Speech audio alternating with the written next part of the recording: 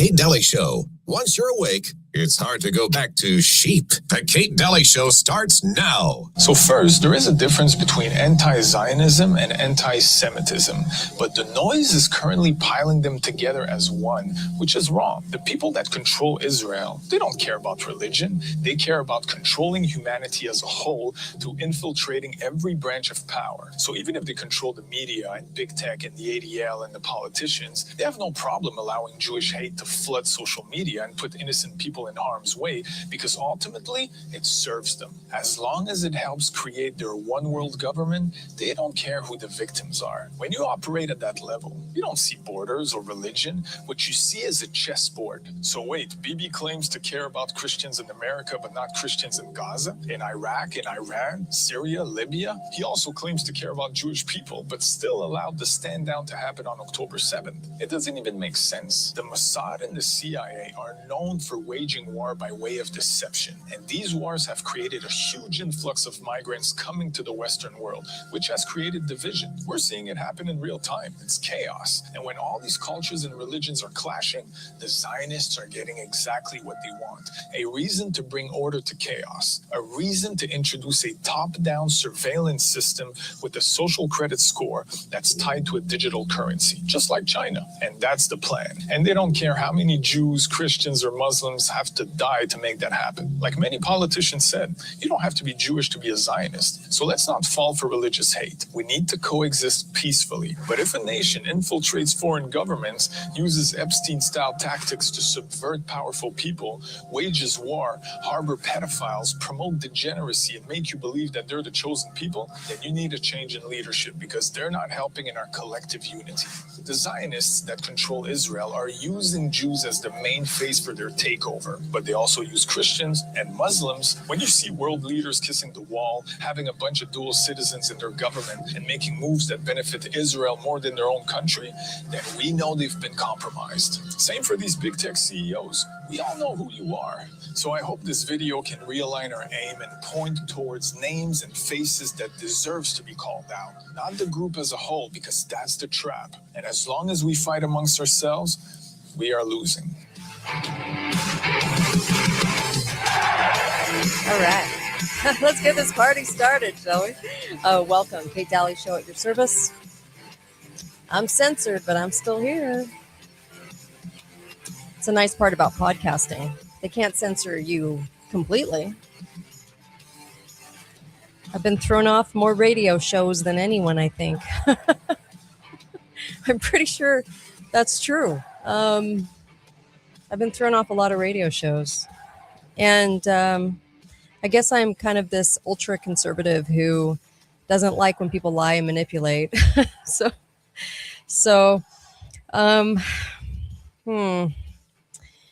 I can see I'm not throwing up because it would be unconstitutional either way, but I can see how people would get mad at liberal speak. But you know who gets the most angry with me? My fellow conservatives, when I call out their BS. Those are the people that seek to censor me the most. And they do everything they can do to shut me up. Isn't that amazing? I mean, if I was some liberal out there, I could totally imagine, I'm saying asinine things, or I'm some sort of like liberal whack job, whatever. But I'm so conservative that I scare conservatives, and conservatives worked to get me off the air. Just think about that for just a second. Yeah. Okay. Very weird. Very, very weird. I'm telling you. Something's wrong. Okay, so there's a couple places I want to go. Number one, I thought that was a really great clip, because it really describes how people have accused me lately. It just seems like lately people are just on this bandwagon to tell me that I'm against the Jews. I'm like, when have I ever been against the Jewish people in my entire life? Okay. That has never happened, but they like to accuse me of it, I guess, to lump me in. I don't know. I don't know what's going on, but it's very, very, very strange. So what happens is that I get lumped in. And when I get lumped in, it's you hate the Jews. You're supposed to be Christian. You're supposed to choose the Jews. You're supposed to support Israel. Number one, the gathering of Israel in the scriptures is not the geography, the state of Israel. A lot of people get that confused. A lot of LDS people get that confused. A lot of just Christians in general get that confused. Okay. We're not supposed to just green light anything that Israel wants to do. But we've been trained that way. So whenever Israel wants something, we go, you're telling the truth and you're the good guy. And so no matter what, you get to do what you want. And we're going to support you hook, line, and sinker. And it's okay if you own our Congress. we like it. Okay. That's not the camp I'm coming from. The camp I'm coming from is segregate out your Zionists from the Jews. So this isn't about the Jewish people. It's about the Zionists running the show. And that's what that clip did really, really well, is to spell out that the Jews are getting used by the Zionists in control. That's who I have a problem with. Okay. Now, there are a lot of people out there who have a problem with Jewish people for whatever reason. And you know what? You have every right to have your feelings about any group of people that you want. Okay. But in this job that I'm in, the one thing that I hate the most is when I see pretenders. I see conservative pretenders all the time. And I see them in the worst possible light, because I'm thinking, you have a duty to stand up and you don't, and you're manipulating the people. Every single one of the elected individuals in Southern Utah is a pretend conservative. They're not a real conservative. And that's why every single one. And that's why I have such a tough time with where I live, and why I'm so outspoken is because when I first started exposing the lies, and I first started exposing how they were manipulating the people into thinking that they were some sort of patriot, they didn't stop. They doubled down. And I got so angry at the doubling down that I was on a rampage. It was like, you're doubling down. I'm exposing you on the air and you're going to double down. So then they all sought to get me off the air, which it worked, because radio stations in Southern Utah don't have any character and backbone. So they were pushing to get my show off the air. And it worked, because whatever agreements, whatever wink and nod was done, I was off. So I have a problem with pretending, and I don't like it. And I don't like it when I see that people do it to groups of people in Southern Utah. And I don't like to see when they do it in Israel. And you have a group of people running Israel that are lying to the people. So strictly on just principle basis, you have to be able to understand that all government everywhere, and there is no one safe from that, are being controlled by their government. I mean, the people are being controlled by a pretender lying government. That's just how it works. Why? Because the deep state runs the show. They don't run the show. Like, they're not, you have a lot of people behind the scenes running things. So it's never going to be honest, no matter who's in or who you like or who you don't like or what the case may be. There's always the pretenders behind the scenes. In my state, in Southern Utah, the Republican Party is not good. Is not good here. They lie like you just can't even believe. They're so corrupt. So they're behind the scenes getting the people in elected office to do what they want. So where the Republican Party might be better in some states, it's not in the state of Utah. It is like schemers and swindlers. And so that's our problem. And where I see the leftists as an even worse, they're even worse at that, the pretender thing. When I see the right do it, I get even angrier, because I think people are just getting so manipulated. They're just so manipulated. So when I see this in Israel, I have a huge problem with it, because then I get labeled as a Jewish hater. I'm like, are you kidding? It's the exact opposite. I'm actually trying to protect those people. Okay. We don't have the same beliefs. I believe in Christ. I believe that Christ is a prophet. I believe that not prophet. They believe that Christ is just a prophet. Okay. I believe that Christ is our savior. So we have totally different beliefs, But I think there are some really good Jewish people. When you get into government, you don't see that anymore. So when we keep over here saying that you have to support Israel no matter what, I'm like, what are you smoking? Like, what's going on here? Why are people falling for that? When we know how compromised and how malicious government can be, why in the world would you not question that? So, and I don't care how manipulative they get, we should be able to see it. Okay. And so I'm getting a comment that says the deep state runs the engineering of elections and our GOP is the same way here in Virginia. And I think that it's all over. And it is. It's all over the place. Now, today you're hearing the rumblings of war. Okay. And we're going to see a lot of things. And I said this. I hate to keep saying I told you so, but I told you so 2.5 years ago. 2.5 years ago. I said, we're going to get digital ID. That's what the video was talking about. It's all about control. It's all about digital ID. And we're also going to see war. We're going to see all of this kind of conjured up. Okay. So the biggest headline today is at the Jerusalem Post. And it's all over the news. U.S. military intervention in Iran could come in the next 24 hours. Okay. An unnamed Israeli official said it also appeared that U.S. President Donald Trump has decided to intervene, through the scope and timing remained unclear.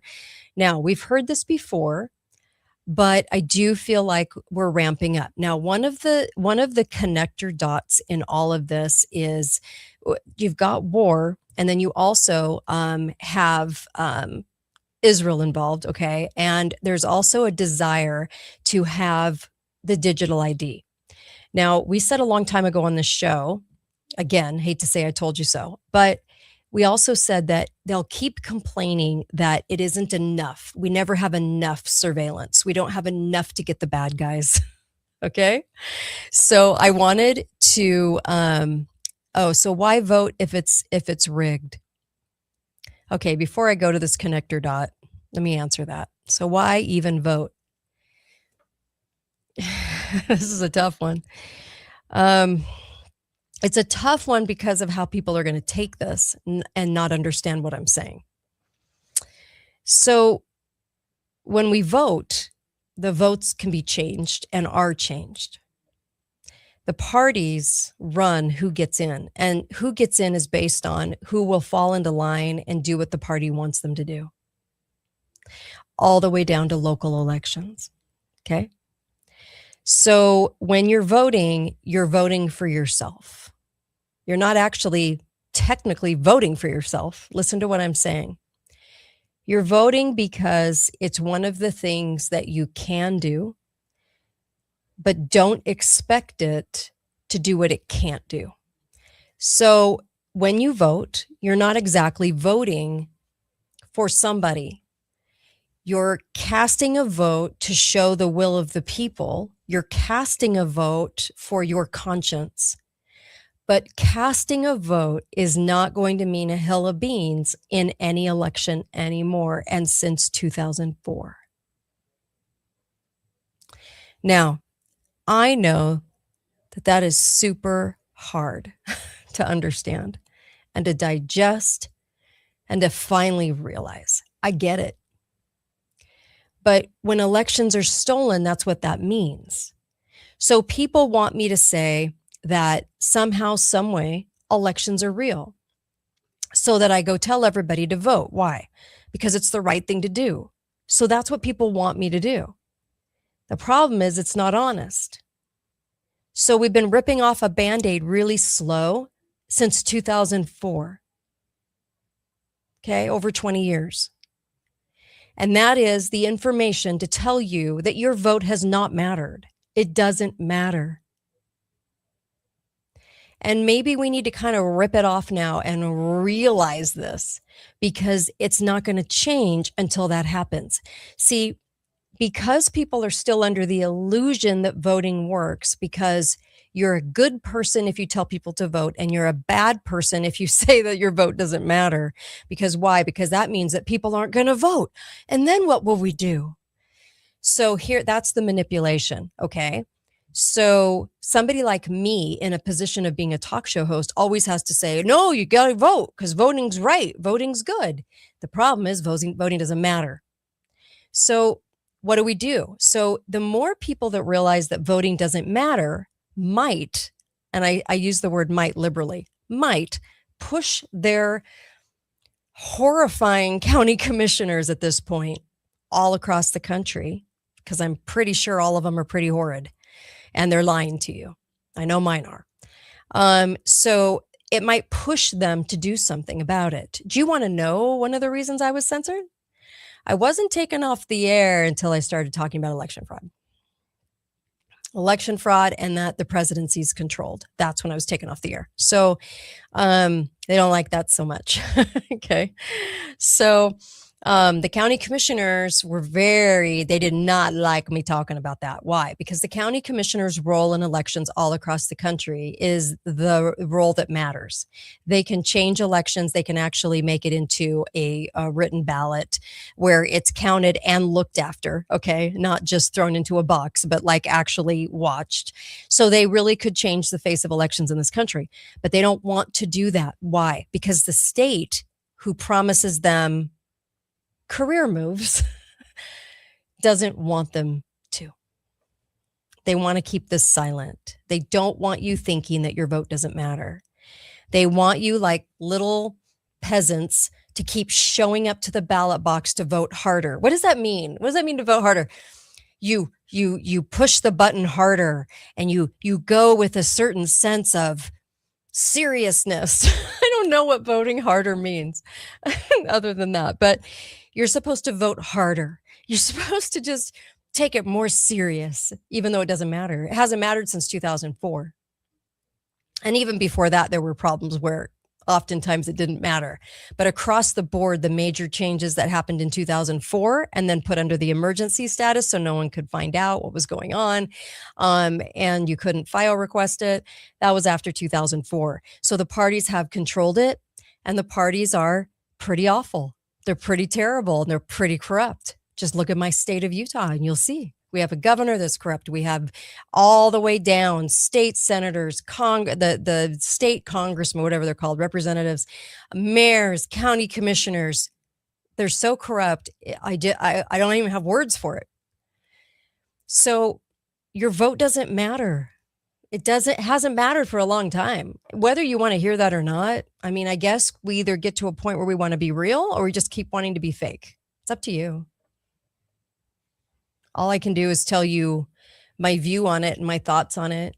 I know it hasn't mattered for a long time, but people didn't want to hear that because that took away all hope. And then what people do, and then it says, so you seems like you vote for the lesser of two evils. That's the comment I just got in text. So how's that working out for us? The lesser of two evils. You know, if you call over a pest control guy and you say, I think I have this roach, show him a picture of it. And then he tells you, oh, no, that roach, that's not what it is. It's this roach. And, but the one roach is prettier. It's got better colors. It's easier to look at. The other roach is ugly. Okay. So you go, well, this one's prettier. Well, they're still roaches. They're both still roaches. How's it working out for us? Okay. Not very well. So if people want to convince themselves that the voting for the lesser of two evils is better, maybe it's more palatable. Maybe. I guess people are happy with that. It's more palatable. They like the look of it. They like how it sounds. You know, we had a new mayor installed in St. George. And when I say installed, it's because you're only going to get who the party wants, because it has to be a rubber stamper. It has to be somebody that just falls in line. And that mayor never once, the new mayor or the old mayor, never once stood up and said it was wrong that my show was taken off the air. Not one time, not publicly, nor did any of the city council members, even one that we thought was a patriot. She put on a good show. For a long time. Not one person said a public word about it. Not one public entity said a solitary word about it. And it was so interesting because people were like, well, I like him better because we know that the other mayor completely sucks. And this female mayor, and she was awful, but this guy promises to do better. The problem with that is that the person had been in council forever and a council person and only sucked up to the awful mayors and only played party politics and only voted for every budget and never said no to a thing and just continuously rubber stamped in the background. But then because he was going up against the awful mayor, everybody went, well, he's better. He's not any better. He's not going to do anything different. Just a different roach. You can pretend that he will. You can believe that he will. You can hope that he will. But if you have to look at records, Jimmy won't. He won't do anything different. So we have this case scenario happening all over the country right now. So you can pretend it matters. You can show up, and if it makes your conscience feel better that you're doing one of the only things you can do, or one of the only things you think you can do, then okay, all right. I've always said, hey, whatever makes your clock tick. Okay. Could we do more? Yes. Could we wake up more people? Yes. So what the conservative politicians did in my area was they took me off the air and then they just tell everyone I'm crazy. Why do they tell them I'm crazy? Because I was telling people their real record, what they were actually doing in office. So it's easy for them to discount me or discredit me than to acknowledge that the things I was saying were true. And they won't go up against the things I was saying because they are true. So it's pretty crazy. So this is going on all over the place. And the voting for the lesser of two evils isn't helping us, and it hasn't gotten us anywhere. Can you imagine hiring somebody every month and paying them to do something for you when it doesn't help you and you just continue to do it for years? Why would you do that? You wouldn't. So we better have a come to Jesus moment where we actually reconcile in our minds that voting was done a long time ago in this country. The parties have controlled it for quite a while. There are still some good people, I think, that want to do good in office, but they, at the end of the day, will not have a backbone at all because they're promised a lot. They're threatened. There's lots of reasons. There are still good people that want to, but it won't, it's not going to translate into the masses in office doing anything to change anything. So the people are going to have to do it. The people have to kind of get to a point where they realize that the elections have been stolen for quite a while. So that's one of the main reasons I'm now off the air on talk radio. And they will continue to hire people that are sports people because the radio stations think that it's good airtime if you have the politicians on. Well, the ex-coaches and ex-sports guys that don't have a lot of upstairs, not a lot between the ears, will continue to go, oh, you're amazing. Oh, you're doing such a great job. This way, the radio stations look favorable in the politicians' eyes, whatever favors they're getting. Lack of character. I've seen radio people manage radio and own radio that have zero character. So you have people without a backbone. And then you have these talk show hosts that are kind of dense. And anytime any talk show host starts to learn anything and starts to expose anything, they're gone. So talk radio is about entertainment. It is not about informing you. Just so everybody's on the same page, just so everybody knows. Okay. So the radio stations don't care about informing you. They care about entertaining you. It is not their goal to inform you. And they don't really like to inform you. It's not fun. See, it's not smiley and fun.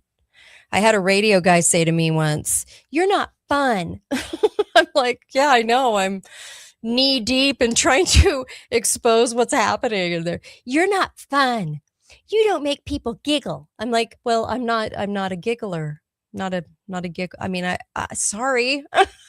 I'm so sorry that corruption isn't more giggly and more of a fun fest. But they wanted me to just do the stupidest topics because they felt like I was doing too much informing. Well, Can't have that. So your radio people will always bend toward keeping you stupid. I'm so sorry to say that, but that's the solid truth in America right now. Go look at your talk show hosts, all hired like pretty locally. You're never going to have anyone that does deep dives ever. They'll be taken off the air 2 seconds because they'll start mentioning things about the local politicians. And if they have a backbone at all, they will name names like I did, and then they're out. So that's just how it works. And you're not going to change that mentality because the radio station owners and managers and the people that are over talk radio are not well informed. So the longer you have not well-informed people running the show, they are bamboozled by really super nice, sticky, sweet interviewing to mayors and councilmen and all these people because they don't want to have anything harsh said because they still live in the community and they want favors and such. So anyone that's actually going to tell the truth is probably going to be on podcast at this point. Not on the air. You're never going to find them on talk radio anymore. If they tried to be, okay. Very few people on talk radio can tell the truth. And when I was telling the truth about COVID, it was so fascinating what was happening because people were very uncomfortable. I've been told multiple times, you make people uncomfortable. Talk radio's job is to make you uncomfortable. That's the job, but everybody gets the job wrong. So the job is now make everybody feel comfortable instead of uncomfortable. And then you have a loss of character. And you can't even imagine the things I've seen at the stations that happen when it comes to politicians and owners and managers coming together. Okay. So you just can't even imagine. So with that said, I want to move that aside, but here is the connector dot today. So you have Israel ramping up. Okay. And you have America helping Israel ramping up. We have war ramping up because we have bloated budgets for war now. So there's a reason. And we said that this was going to happen. So I hate to be the bearer of bad news, but we said this 2.5 years ago. I said this 2.5 years ago. Here is the Department of Homeland Security. Here's your connector dot for the day. Remember when we said that they were going to have to pretend that, it wasn't enough. DHS admits Real ID unreliable for verifying citizenship. I can't talk today. Department of Homeland admitted in a recent court filing that Real ID is unreliable for confirming U.S. citizenship, citing various state laws on issuing real IDs. Now you realize to get a real ID, you got to show utilities, you got to show a lot of stuff to get a real ID. Not good enough. Why? Because they have to have their solution come in now. And their solution is always going to be the digital ID, the digital ID that blankets a person, that you can't spend, you can't save, you can't act, you can't move, you can't make a move without them knowing. So right now, and this was in the newamerican.com, this was written by Michael DeRitter. He wrote this piece and said, they are now claiming that it's just not enough. Got to have their solution. Okay. All right. So here's a comment. Don't take this the wrong way, but what religion do all the corrupt politicians in southern Utah have in common? Okay. I am in the state of Utah and I'm LDS. So yes, I understand. I get it. Let's put it this way. I know I'm segueing quite a bit because I'm getting comments in. We'll push the connector dot away that we talked about 2.5 years ago that's coming true right now. Let's push that away for a second. You want to understand local anything, go to any state, okay? And there's the predominant religion. And in Utah, you guys all know what the predominant religion is. And I'm a member of that predominant religion. And I will tell you this, see, a lot of the politicians thought that I would, because I'm LDS, I would ignore what they were doing and I would let it go. And I couldn't because it's not honest and I just couldn't do it. I wish I could have. I would have been on the air still, but what would that have mattered if I'm not giving you the truth? So it isn't the religion's fault. It's the people's fault. Now, the politicians are very busy using religion to get in to political activism, okay? They're using it, okay? Now, we just talked about Zionists using the Jewish religion to carry out what they want to carry out and hide behind the Jews, and I don't like it. This is the same exact thing. They act like Zionists. They're like people that utilize religion to get what they want. So it's not the religion's fault.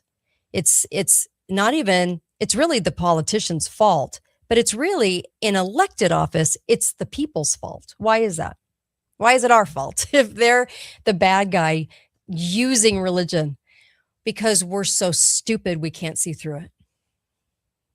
We're so stupid we can't see through it. We have some county commissioners, and these county commissioners sought to get me off the air pretty hard.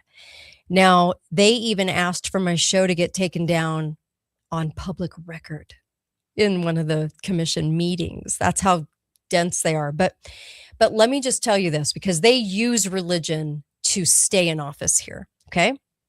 They use religion. In fact, when I started talking about the truth about them, one of the county commissioners goes, I saw you in church 6 years ago.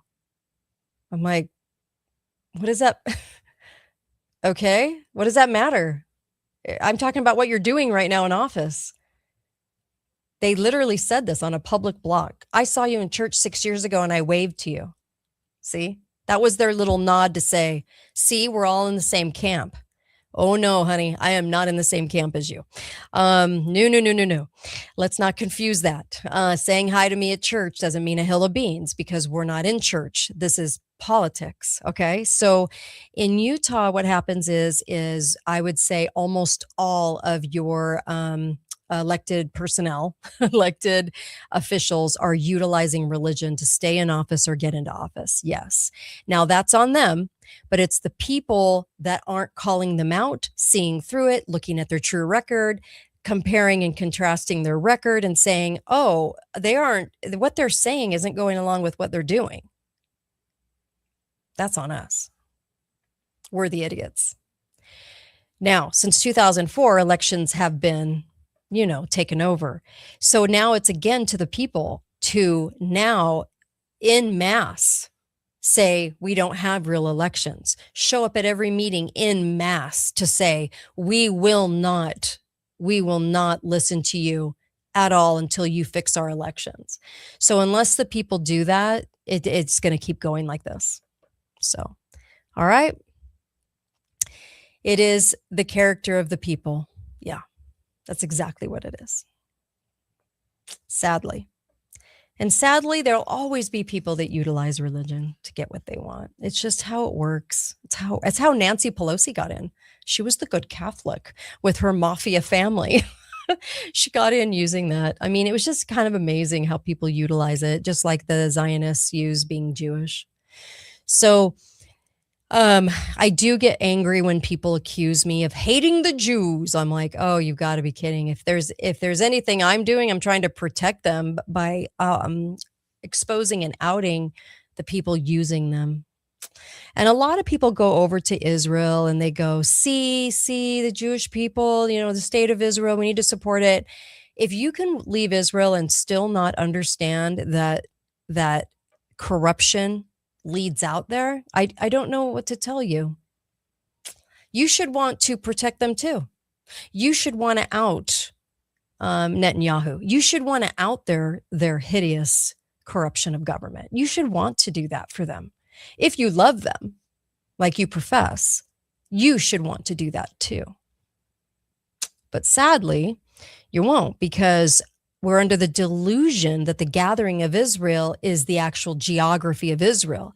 The geography of Israel, as it states today, as it is today, was a concoction of World War II.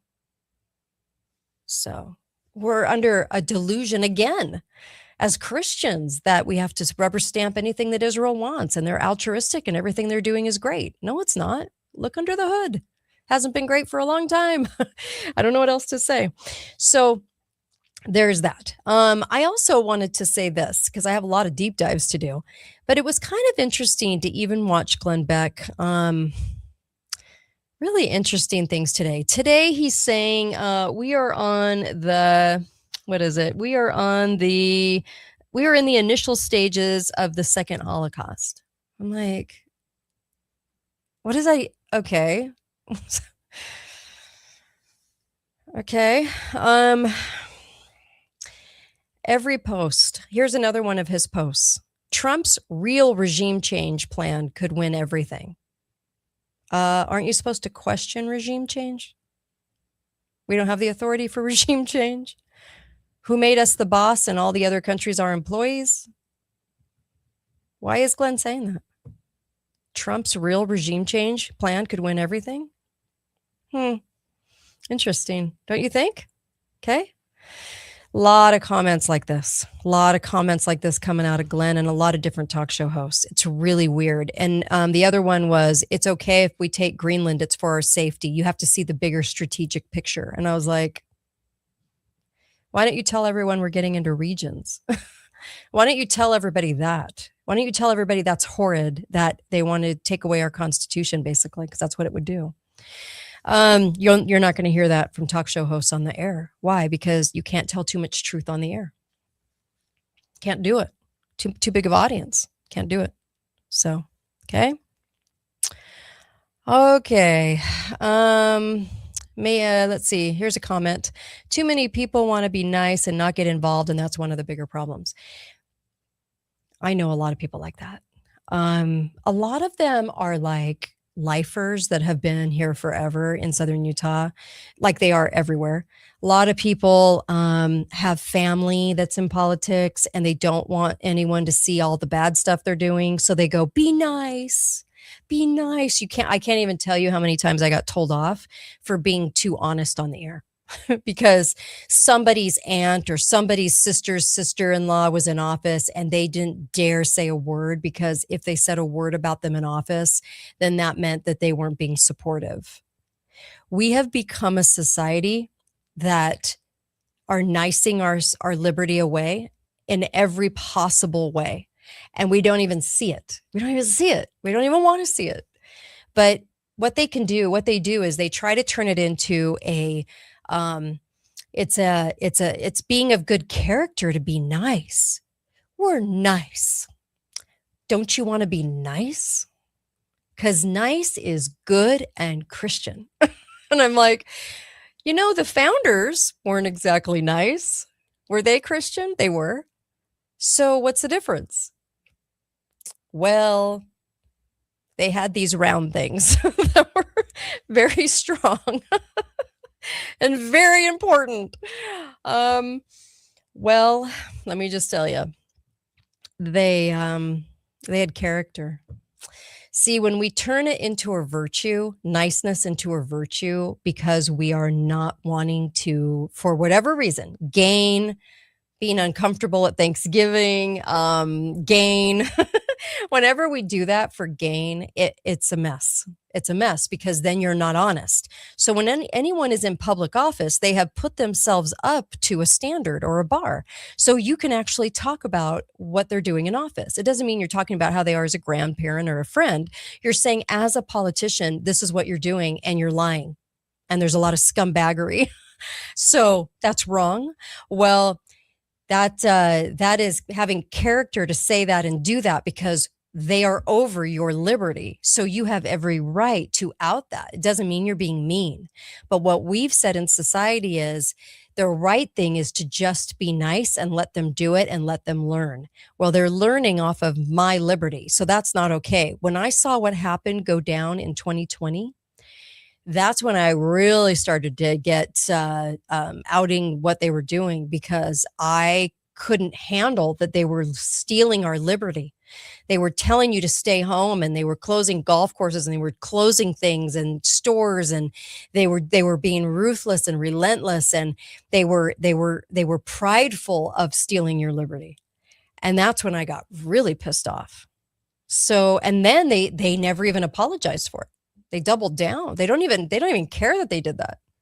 So now we've got a total disconnect. So when I'm talking about local politics or state politics or federal politics, I'm talking about these politicians and what they're doing in office, because they're getting paid to be there. And if they're getting paid to overlord your liberty, you have every right to out what they're doing. And you have every reason with your character to do so, to stand up for the people that can't, like our kids. That's on you. That's your role. You're supposed to do that. So now you're dropping the ball because you have invented a virtue to which you stand by. And the virtue is smoke and mirrors, because all it means is that you do not have the character to stand up for what's right. You just want to protect the people doing bad for whatever you're getting out of it. That's not a virtue. You can call it kindness. You can call it whatever you want. Doesn't make it any different. Stop doing that. I had a politician, a county commissioner today, Iverson. He's a county commissioner in southern Utah. And he stood up today and he didn't like, obviously, the court's new alignments of the boundaries. And he goes, I think we have a constitutional crisis and I would like to do something about it. Do you know what that's called? I think and I like. Do you know what that's called? That's called a fake fight. So what they're really good about how they manipulate you guys is they do a fake fight. So the press gets a hold of the fake fighting words. So I think and I like, those aren't words that are actually going to be actions. They don't do anything. So they're trying to pose. They're trying to make a little patriot pose at you. And they're trying to say, see, because it's an election year. See me pose. Don't I look like a patriot? I look like a patriot, right? So I'm saying things like a patriot would say, but they're not really definitive. I think, and I think I'd like to do that. See, if somebody was serious, they would say, I'm going to. This is what I'm doing. I'm doing it now. But that's not the case. So it's a fake fight. It's meant to be in an article to kind of so that you remember that they said something good-ish. And then they're never going to do anything. So they're a fake fight. It's like a little wrestling match. They fake fight and then they just don't do anything. They do this a lot in the press. You see this at the Fed level, state level, local level, and they utilize the press, and the press doesn't mind because the press is liberal. So they don't care. They don't have any character. So I know these editors around me, they're zero character. So I look at what they prop up, and this is a propping up. This is I'm going to use words like I think and I like, because they don't sound like they're actually going to do anything, but they sound good-ish, and they go with that. And no one ever questions it. Fake fights. That's what's for dinner. Fake fights. See a lot of fake fights. I've seen a lot of those over my 15, 16 years now. So it gets a little horrendous after a while.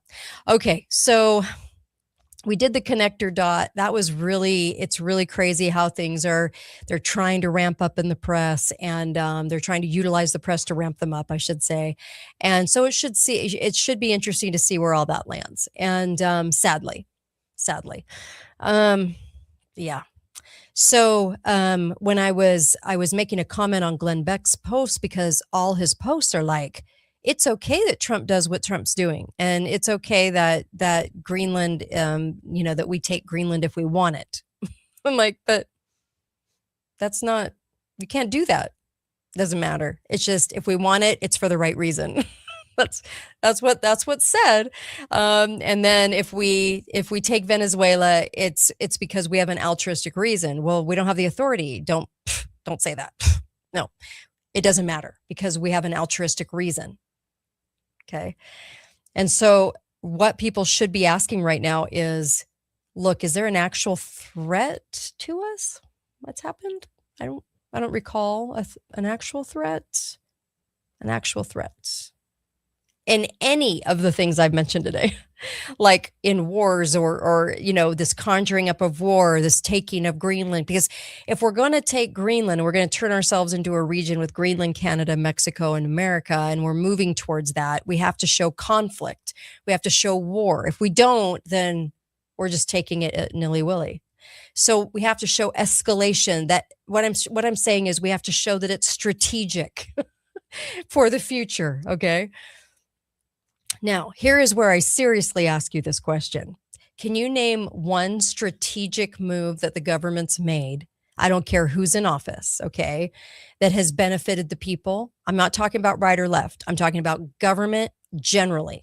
Tell me anything they've done where it's actually super helped you, your liberty, not helped you attain something. That's different. A lot of people like politicians because they get little gains from them. I'm talking about, has it made you more free in your liberty?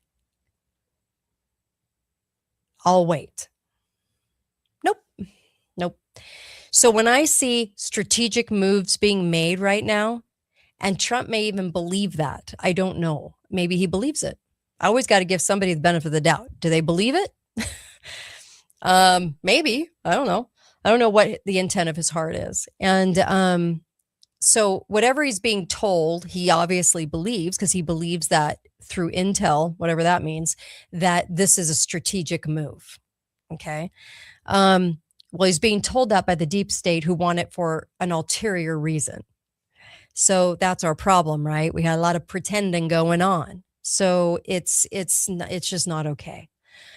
There are times when I do feel in my gut that Trump does things for completely different reasons that he's been told. And he thinks they sound good. He genuinely thinks they sound good. And they probably do. It's just that if you understand the deep state truly, then you understand why the deep state does what they do. It's always for the long game. It's always for their moves that they need done, especially when we're complacent on the right. So you got to think about that. So before Trump got in, I said they're going to put Trump back in because they control the elections, just like they controlled 2020. And they're going to put him back in, okay, just like they've controlled it for 100 years. They're going to put him back in to make us complacent for digital ID, for regions, we mentioned regions, and for war, because war benefits people. So they're going to put in war because reconstruction's where it's at. And smart city reconstruction is on the table right now. That's why they're going to do all that. Okay. Going back to Israel, or let's not go back to Israel. Let's go back to the Mossad, shall we? Just one point. I'm going to have you listen to this. Listen to this phone call and tell me what's lacking in this phone call. Okay. We're going to switch gears really heavily right now. There's a couple little deep dives I want to do for you. Okay. This is the call from CeCe Lyle's 9/11. 9:47 a.m. Hi, baby. Baby, you have to listen to me carefully. What's missing? I'm on a plane that's been hijacked. I'm on the plane. I'm calling from the plane. I want to tell you I love you. Please tell my children that I love them very much. And I'm so sorry, babe. I don't know what to say. There's 3 guys. They've hijacked the plane. I'm trying to be calm. We're turned around, and I've heard that there's planes that's been flown into the World Trade Center. I hope to be able to see your face again, baby. I love you. Bye.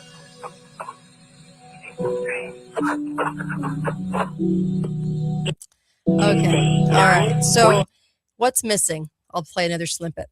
Here we go. The plane. I want to tell you I love you. Please tell my children.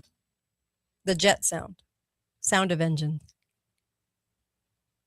They missed that.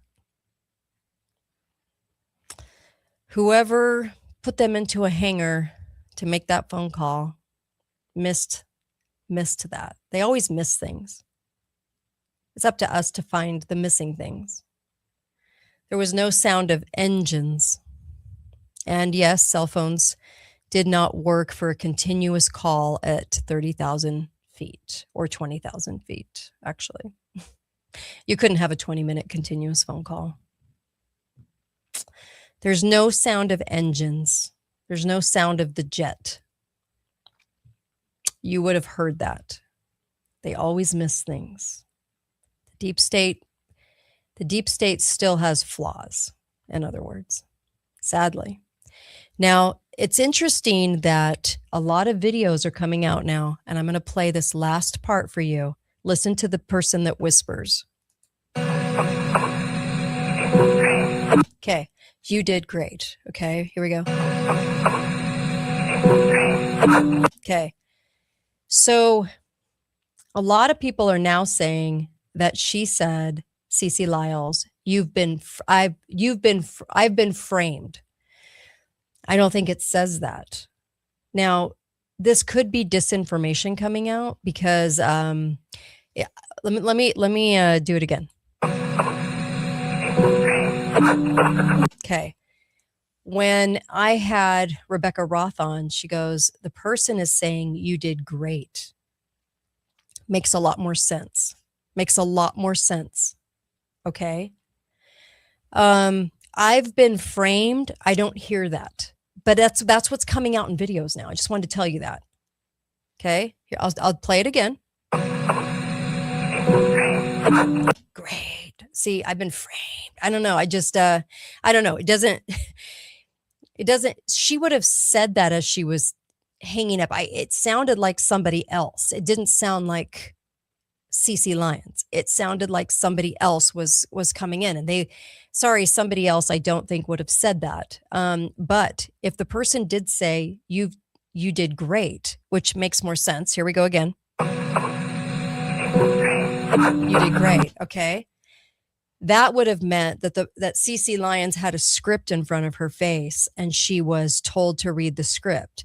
That's when she goes in the phone call and she says, I'm trying to be calm. She was calm. She was calm. She wasn't not calm.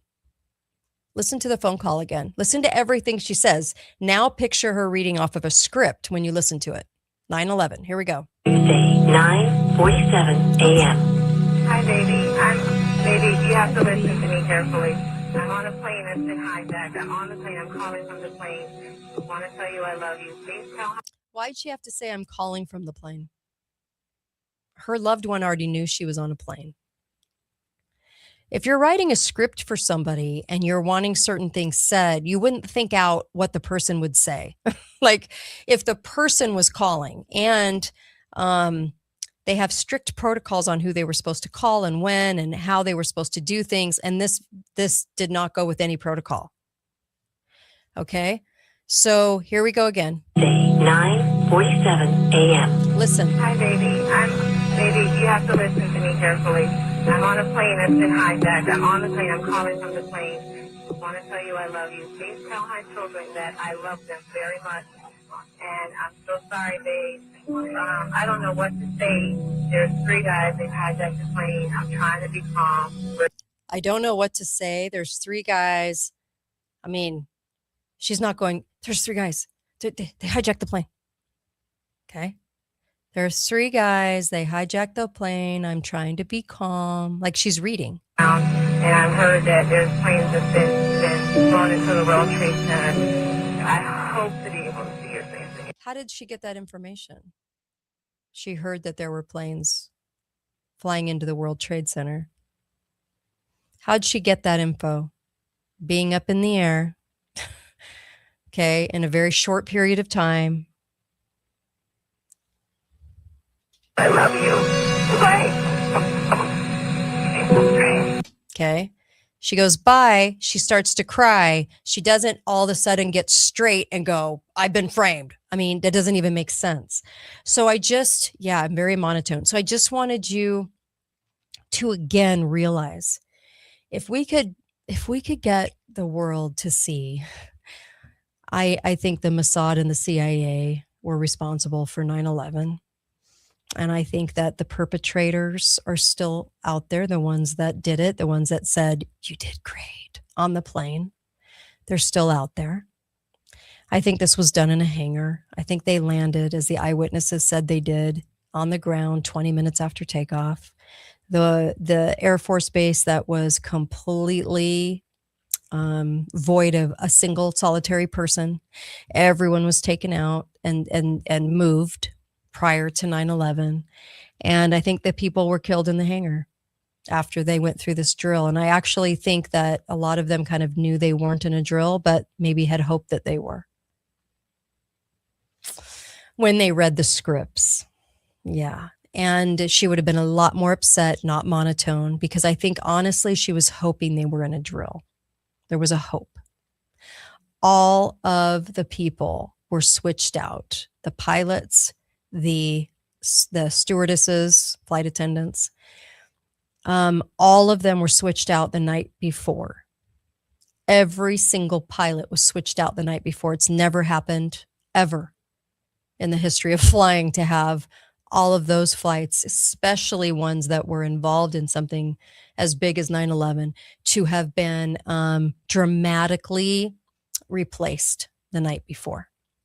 So a lot of them thought they were military, some military guys, some deep state military guys that were pilots. And then, of course, there was the one sighting of one of them in Canada.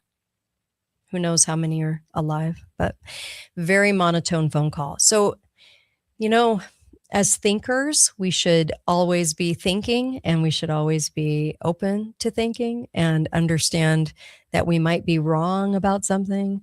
Now, when I see this disinformation come out, I'm like, now they're trying to say that they don't want anyone to think that the person that they were reading a script, or that the person on board would have said, was like bringing them through this exercise and saying, you did great. Like, they wouldn't want anyone to think that, because then you might look a little deeper, and you might look a little deeper and you might figure out that we have two intelligence agencies that sort of lead out, and they lead out together, and they do things that where people can't, they'll never have any buddy come after them for what they do. And one of the Mossad agents that was sitting on one of the planes that Rebecca Roth thought was responsible, that worked with this gal that said, you did great, was still alive over in Israel. So do we have a lot of people, horrid people, that are willing to be part of these things? Yes. And yes, the answer is yes. And it's sick. It's sick. It's evil. So the sound of the engines was not there. Isn't that nuts? It's just crazy, isn't it? It's just crazy. Okay. And then when you really listen to the call, if you listen to it picturing her reading a script and in a drill, everything makes more sense than what we were told, is the official story anyway. Okay. It'll be interesting to see if YouTube censors me now because of that. I also wanted to bring you to something kind of more light. Okay. It's been a pretty heavy show today, and Melissa and Susan will be back next week, but this is pretty, this is a little lighter, even though it's kind of the same stuff, really. I want you to listen to Vernon Presley, Elvis's dad. This is about a 3-minute clip, and he's talking about 2 months before. It's 1977, and it's June, and he's talking before his death. Didn't he die in August 77? I'm pretty sure, right? Elvis died. When did he die? When did he die? I thought it was 77.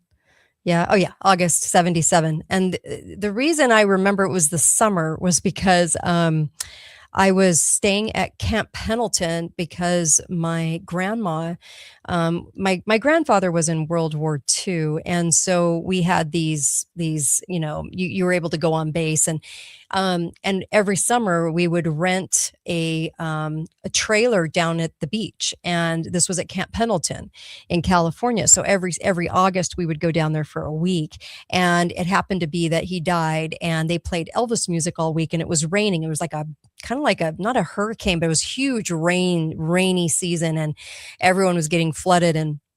And I remember sitting at the picnic table under a shelter, and there was rain everywhere, and they were playing Elvis music, and we were really sad that he had died.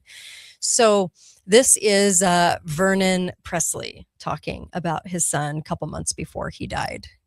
Here we go. Do a lot of singing, like in church, and he made his first public appearance when he was 9 years old.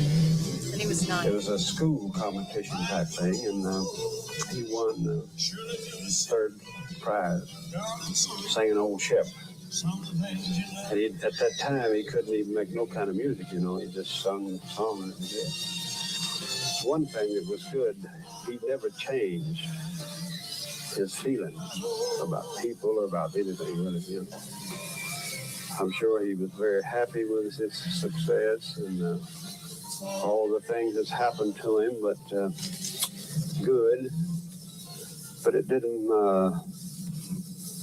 make him think he was something that he wasn't, you know. I lived with him till my wife died in 1958, his mother, which we had been married for 27 years. And then in 1958, he went to Germany in service. I went over there with him. And when we come back in 1960, You all knew that he went over there, right? You know, none of the biopics ever talk about that.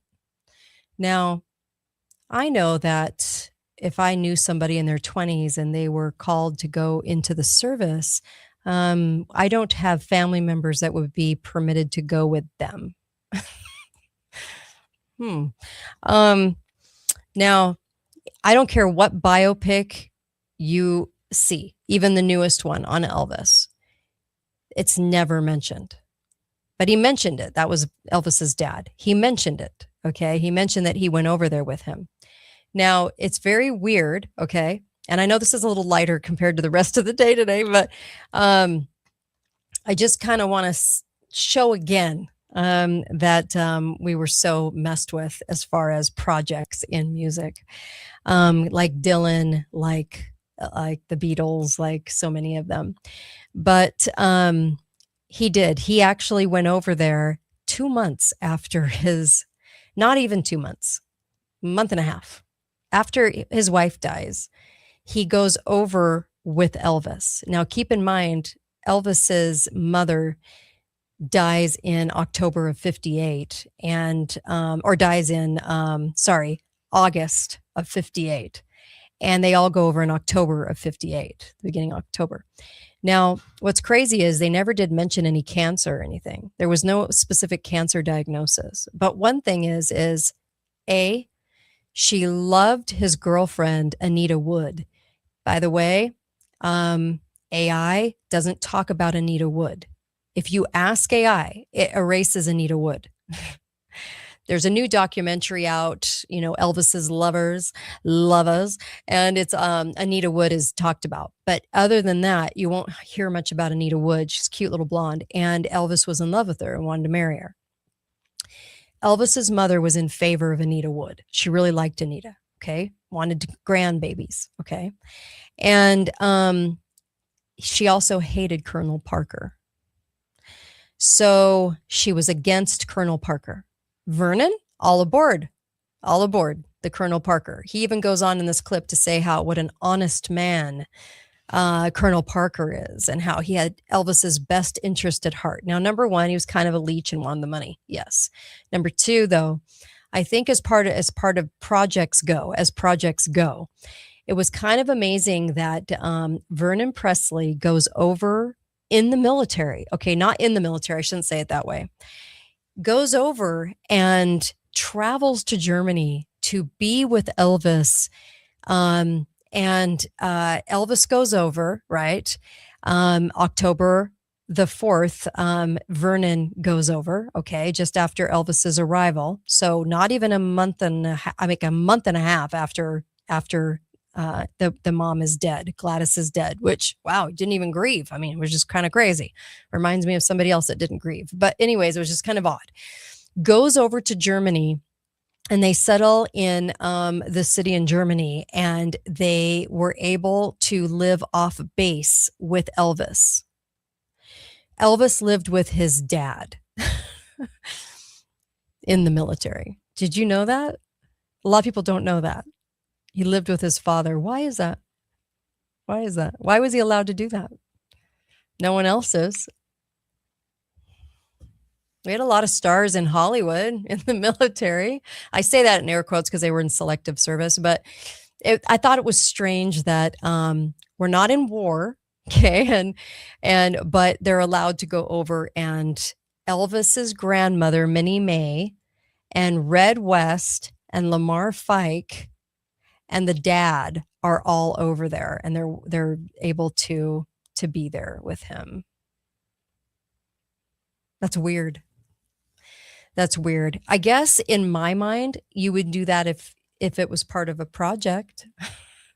If Elvis was a project, if Elvis was the guinea pig used to kind of usher in a whole new music style, then they put him with Priscilla Presley at 14, and nobody even batted an eye that he was with a 14-year-old. He didn't have any bad press really about that. Nothing to really gauge public opinion by, but I thought that was kind of interesting.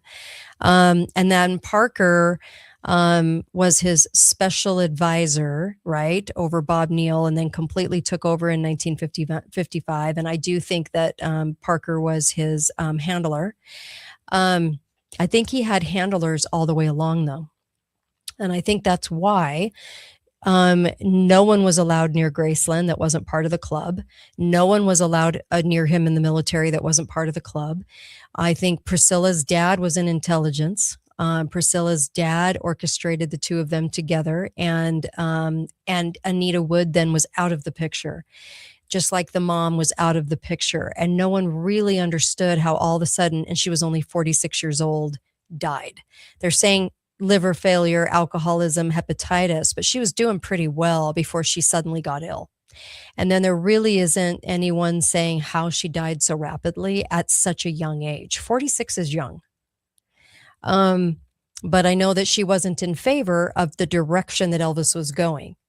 So it wasn't, she wanted him with Anita Wood. She would have said no to Priscilla, and also that she didn't like Parker. And he would have listened to her. So I just, there's so many little things along the way that we don't really think about when it comes to common sense or logic when we're speaking about these people. Like in a natural career, in a natural move or career move, or you go in the military, your whole family and friends doesn't get to go over and be part of the experience. There are things that happen, and not just because you're a celebrity, things that happen that are unnatural and strange. And I just think that we should probably take a closer look at some of these things sometimes. I think we'd be very enlightened to go, you mean Dylan just played for a group of about 15 people and was found, and he didn't even do a song that even said anything, or he didn't even really have a good voice, and the record executive was just there to see Dylan and just decided that he was going to be the new phenomenon? Doesn't even have a good voice. How is that? Didn't even hear him say anything prolific because he wasn't playing anything prolific at that point, right? And he just figured that he would be the dude. Does that make sense? No, of course it doesn't make sense. None of this ever does. So when you really go through the details of these people's lives, it's kind of amazing how nothing ever is natural about it. So I think that's usually one of the tells that you can say, wow, quite a project. And also engineered by a lot of people. And they engineered his career, and it's not that he didn't have some talent. I'm not saying that. They cultivate talent. They engineer the talent into becoming a certain thing. So, yeah. And Sun Records, that guy was in intelligence, the Sun Records guy. He was there to find the acts and make it look natural. But when you find out he's intelligence, it's not natural in any way, shape, or form. Okay. So I'm going to push that aside, but there are some things there that are kind of weird. Okay. So I told you I was going to tell you just a little bit, and then I'll tie up today's show. So, because I had all of this kind of like thoughts and pending research and all of this, and just kind of wanted to bring this to your attention. When you go to the grocery store, and I'm going to make a note on the time so I can actually turn this into a short for you. Okay. When you go to the grocery store, I want you to know some things. So yesterday when I was with John Hewlett, I said, there's certain things they change the recipe slightly on when you get into Great Value or Kroger, or Private Selection, or any of these generic brands at the grocery store. I know a lot of you want to save money, and I understand why, because everyone's broke. So I get it. You could save some money actually by not buying the brand names, because when you buy Great Value or Kroger or Private Selection, Albertsons, I think that is, or any of them, I could name any store in your area. It's going to be around the same thing. Kraft, you're probably going to get Kraft cheese. Okay. So you buy Great Value cheese or any of the generic brand, you're going to get Kraft because Kraft is the one producing that cheese. When you buy bread, Great Value bread, you're buying Sara Lee bread. So don't buy Sara Lee because you're buying Sara Lee in Great Value and you're saving a couple pennies. Ice cream. When you buy ice cream, you're buying Blue Bunny. They package Great Value. So all of these different companies have major companies that are packaging their stuff. Beans are Goya beans a lot of the time, or you have Bush's beans. So when you think you're buying Bush's beans, buy the Great Value because you're buying Bush's beans. You're buying their recipes.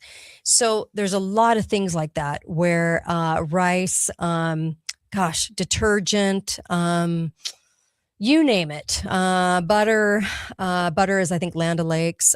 So butter, a lot of things come from local creameries. Like we have a creamery in Layton, Utah that facilitates a lot of the milk, Great Value milk. So in Utah, so, they have those dairies all over the place too for things that spoil easily that have to get there quick. And so you're basically getting really good brands under the Great Value brand. Okay. What's interesting though, one thing was interesting to me, Kroger, not Great Value. Okay. Kroger. So that's Smith's on the West Coast. Smith's batteries, okay, Kroger batteries are actually Duracell. They're literally Duracell batteries. Okay. Might as well buy Duracell. Might as well buy Kroger and spare yourself the cost of Duracell because they can be a third more money that is required to buy Duracell. So you're saving yourself quite a bit there. On Great Value on Walmart, that I think it's Rayovac is their Great Value brand or whatever. Baby formula is made by Perrigo, big brand. So baby formula, that's Great Value. Okay, or Kroger or any of those. Parents' Choice, the Kirkland Signature baby formula is ProCare. All of these, right? So they all have like major, even the Kirkland brand. Okay. So your Schreiber Foods and Kraft, that's Kraft cheese, Saputo, mozzarella, Italian cheeses, Land O'Lakes is your butter, some dairy things. Dean Foods is a lot of your milk, Dairy Farmers of America, or your local like Layton bakery. I'm just kind of going through this so I can make sure. Okay, so your sandwich meats are going to be Hormel and Tyson, even though it says Great Value. Your orange juice is bottled by Florida Natural and Tropicana. Your Treetop apple juice is also Great Value, is your Treetop. So you can save some money there. Your salad kits that are Great Value are Taylor Farms, Fresh Express, Dole, right? And so a lot of these salad dressings sometimes that are Great Value can be Ken's, Newman's salad dressings. And so you can save some money there. But the Bush Brothers and Goya beans and rice, that's usually where that's coming from, okay? Minute Rice, you'll see that in Great Value. It's done by Riviana Foods. Your Clorox does their Great Value bleach, so you might as well just buy Great Value. And your tomato sauces and spaghetti sauce. So a lot of it's done by Conagra Foods, which owns Hunt's, okay? But sometimes they change the recipes when you get into sauces, when you get into things like that with a lot of different the certain recipes. And what they do is they switch out to a worse oil. So if it has olive oil, they'll put oil that is like soybean oil, and then they'll put more sugar. So there's only a couple things like that you have to be really careful of. The Great Value cereals are manufactured by General Mills, Kellogg's, and Post. So you might as well just buy Great Value cereal. Your tortillas, Great Value tortillas, are just coming from your regional bakers. Your let's see. Oh, I wanted to kind of go here too. This was kind of interesting too, I thought. Your meat, okay? Your meat. There's USDA, choice meat. And when Costco and Sam's Club sells meat, they're going to sell the higher cut, which has more marble in it, more flavor, okay, when you cook it. Now, it's not the biggest difference in the world, surprisingly, because Walmart's going to do like select cut. They're going to do like the lower options that don't have the marbly effects in them like the Costco ones. But here's where it gets interesting. Chicken is all the same. So it's like, I think it's called like JBS, JSB, something like that. Your chicken manufacturers, okay, the people that are packaging your chicken, that is the same at Walmart that it is in Costco. So I used to think that Costco chicken was actually coming from a better farm, from better places, from, just better, right? And they charge good amount for it. But no, it's the exact same as you're going to get at all the stores. So Smith's, Albertsons, all your stores, they're going to come from the same, basically 3 suppliers. And it's all the same. It's all the exact same. So beef, you can get a little higher cut. It's all coming from the same places, but you can get a little higher cut. So if you're going to pay premium price at Costco and Sam's Club, just know that you can probably get that same cut at Walmart. Might as well just go there, get your chicken there, or not Walmart. I'm just saying Walmart because a lot of people shop there. Okay, I understand Walmart is like the New World Order grocery store of America, but I'm just saying because people shop there. So any of these stores, you can go and get the same companies are doing the meat for all of it. Although Costco, a lot of the time gets the choice cut above some of the cuts at these grocery stores. Okay. But the chicken's the same.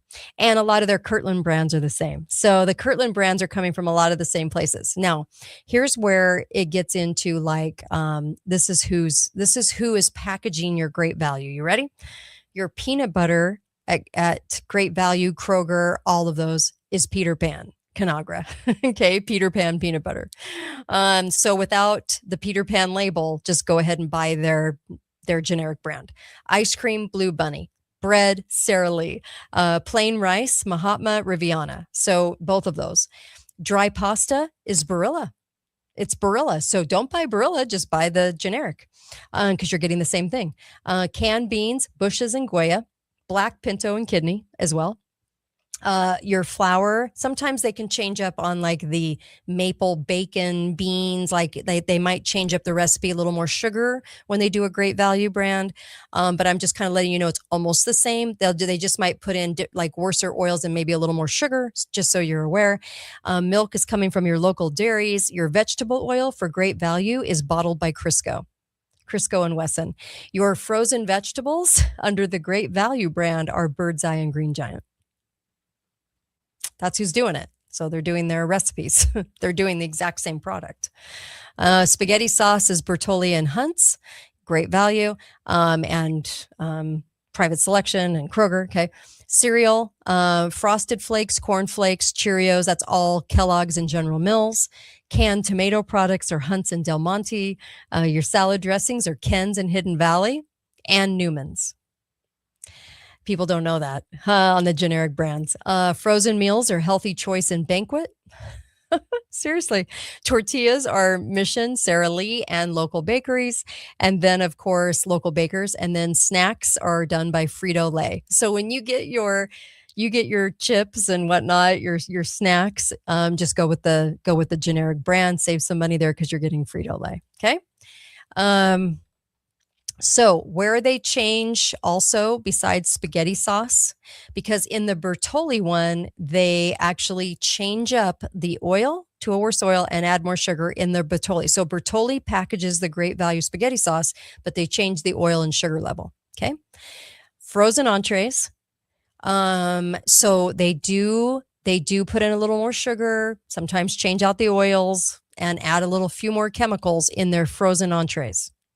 Specialty sauces and dressings. You're going to see them change it a little bit with worser ingredients. Sometimes the snack mixes and the sweet treats, they're going to add additional flavorings and additional preservatives.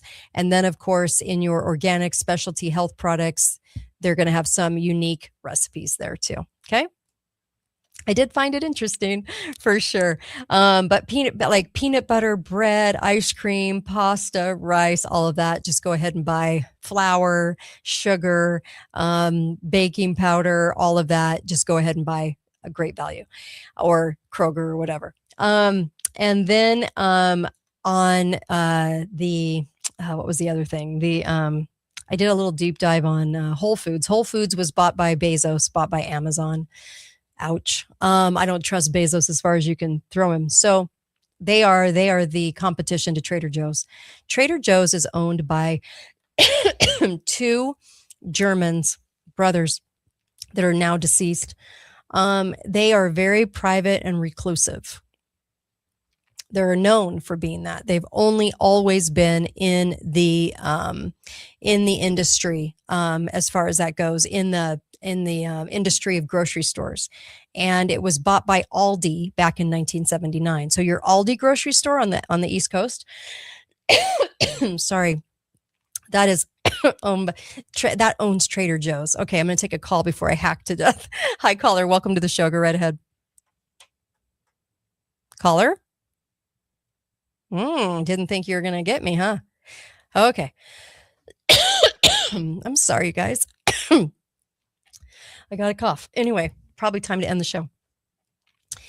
They don't really, no one really knows anything about them, anything about these brothers, anything about that company really, because they keep everything close to the vest.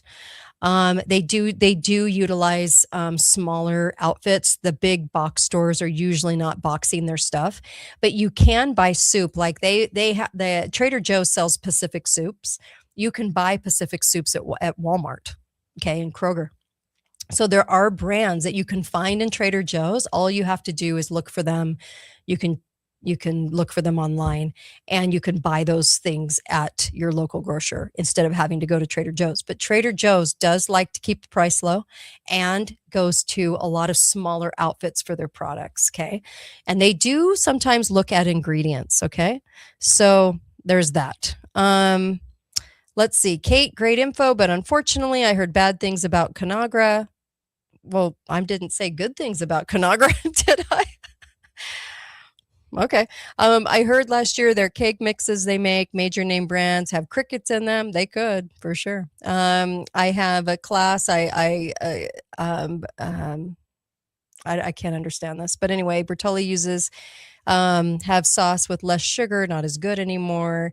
How about cost? We've heard about these brands, Gates owned brands like the Lakes brand and Morton. Yeah, that's true. I'm just telling you cost wise. Okay. If you don't want to buy the brand, I'm fine with that because they mess with food, our food supply. I've done a gazillion shows on food supply.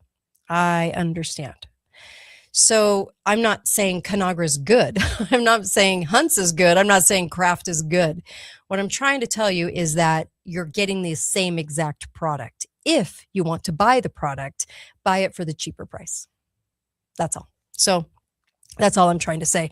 I'm actually just trying to save some people some money. But I would always try to look at the back of the label. If it has a gazillion chemicals in it, my gosh, stay away, stay away from it, because these companies, I think they actually do a lot with our government for sure. The Hunts, the Conagra, the Ravani, the Riavini, all these different brands, right? So I think there's a lot in our food supply that's so wrong on so many levels. I'm just trying to help you save some money. Okay. And by the way, they're now saying that lunch meat is getting the same labeling as basically cancer from cigarettes kind of thing. So we've always known that there's a lot of bad stuff in lunch meat, but it's probably a good time to either make your own or, do your own, slice your own or whatever. Look at your food supply. So I'm just telling you that these brands are sold as what they are. The generic brands are actually labeled and manufactured at the big box places. So might as well buy the same. Okay. If you're going to buy them. I so appreciate you guys. Thank you. I'm out tomorrow. So just letting you guys know, I'll be back Monday, but I appreciate you guys, and go get some allfamilypharmacy.com/Kate. I would be doing some cleanses right now. It's a really good time to do that right now. I know you're trying to get healthy and get back into shape. One thing I did start doing, and it's making me feel really good. It's a liver cleanse, and it is a teaspoon of olive oil and half a lemon squeezed with a little bit of cayenne pepper, like a half teaspoon of cayenne pepper, and I down that in the morning. It's really good liver cleanse. Okay, and then I also, allfamilypharmacy.com/Kate, you can actually get ivermectin, you can get fenbendazole, membendazole, you can get all of those and get them right to your door within about 5 days. And you don't have to pay a doctor's visit. And you can buy as many as you want, and it tells you how to take it. So go to allfamilypharmacy.com/Kate. You can get those things. And you can also get Z-Packs and antibiotics if you want. And they're always good for barter and trade. And they do last quite a long time, by the way. And there's lots of things there. If you're taking something that you need, I'd get it from there, and it supports the show. So it's like a twofer, right? And then also Cardio Miracle, cardiomiracle.com/Kate. Go try it. It has a money back guarantee, and they're really great about it. Try it out. See if you like it. I think it's going to change your health. So I'm all for that. And also on my website too is the link to get the cancer ebook, What to Do If You Get Cancer. And it's been updated, by the way. And also there's some good deep dive books there and some great products there, hoodies and tumblers and things with funny conservative sayings. You can go to katetalks.myshopify.com, katetalks.myshopify.com, and you can go get those and share the information. Okay. Also, what else? Oh, the mineral deodorant, probiotic deodorant, is amazing. And that's also at the same company that sells the mineral teeth whitener that I use and the teeth mineral toothpaste. Great products. They also have a kid one that is amazing. Get your kids on that, get your grandkids on that mineral toothpaste. 80% of the diseases that we get, the things that happen to us, start in the mouth. Okay. You can do so much to change that, and you can get great prices on them right now. Also, mypillow.com has great deals on mattress toppers that are amazing, and they can change your bed into feeling like a new, better bed. And then also their bedding is quite amazing too. So just letting you know all those good things, but it's all found at katedalleyradio.com. So I really appreciate you guys. Thank you for listening in today. I'll try to turn this into shorts so that you can share these shorts, those short content videos just based on subject with friends and family. Okay. Thanks, you guys. Be faithful, be fearless. And, I'll see you Monday. Thanks, you guys.